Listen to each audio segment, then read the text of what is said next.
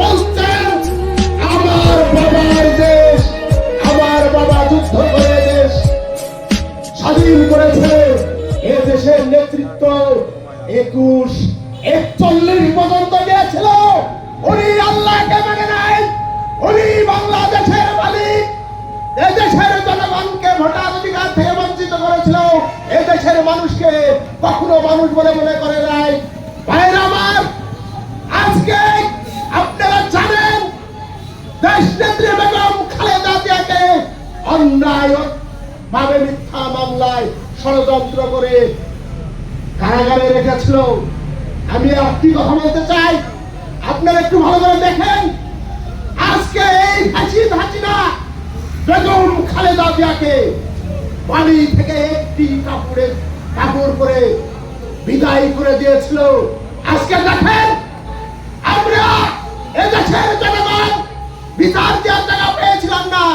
দেশ নেত্রী বেগম খালেদা জিয়া বিচার দেওয়ার জায়গা পেয়েছিলেন না। তিনি আল্লাহকে বলেছিলেন আমরা তাদের ওনার সাথে সময় পোষণ করে আল্লাহর কাছে বিচার চেয়েছিলাম।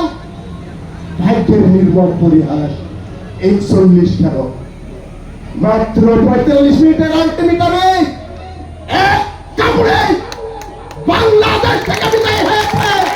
আর পাশের দেশ ইন্ডিয়াতে সেখান থেকে বাংলাদেশকে ধ্বংস করার পায়তারা করা হয়। ভাইরা আমার, আজকে ছাত্র জনতার রক্তের বিনিময়ে আমরা বাক স্বাধীনতা পেয়েছি।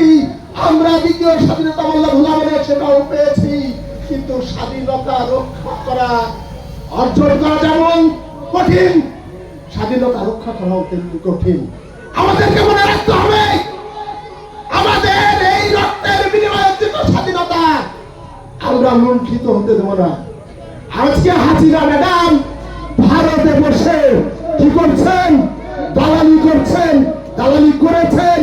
বাংলাদেশের মানচিত্রকে ইন্ডিয়ার হাতে তুলে দেওয়ার ষড়যন্ত্র করেছিলেন, কিন্তু পারেননি। এখন কি করছেন?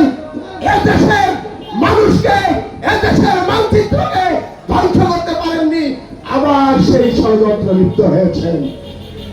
আজকে কি করছে?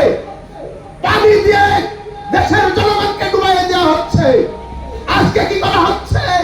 বাংলাদেশের স্বাধীনতা সার্বভৌমত্বকে হুমকির মুখে ফেলে দেওয়া হচ্ছে।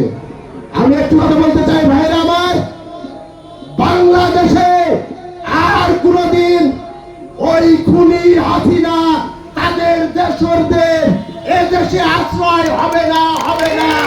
আমি এই দত্ত আহ্বান জানাচ্ছি, আপনারা নিজেদের ভিতর সতর্ক থাকবেন।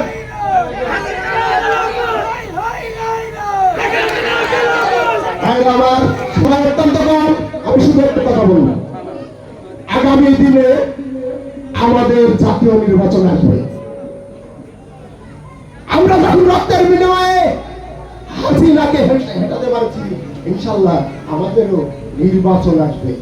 আমি আপনাদেরকে একটি কথা বলতে চাই, বলে আমি আমার সংক্ষিপ্ত বক্তব্য শেষ করতে চাই।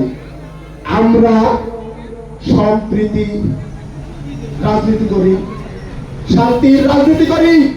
বিএনপি কখনো অশান্তির রাজনীতি করে নাই। আগামী দিনে ভোট, এটা মাথায় রাখবেন। আমাদের প্রান্তীয় নেতা জনাব ডক্টর ইয়াসির আশরাফ রাজন, লালপুর থানা আহ্বায়ক, আমাদের মাঝে নমিনেশন নিয়ে আসবেন। এই প্রত্যাশা রেখে আপনাদেরকে সবাইকে আমার সালাম জানিয়ে আমি আমার বক্তব্য শেষ করছি। আল্লাহ হাফেজ। ধন্যবাদ সকলকে।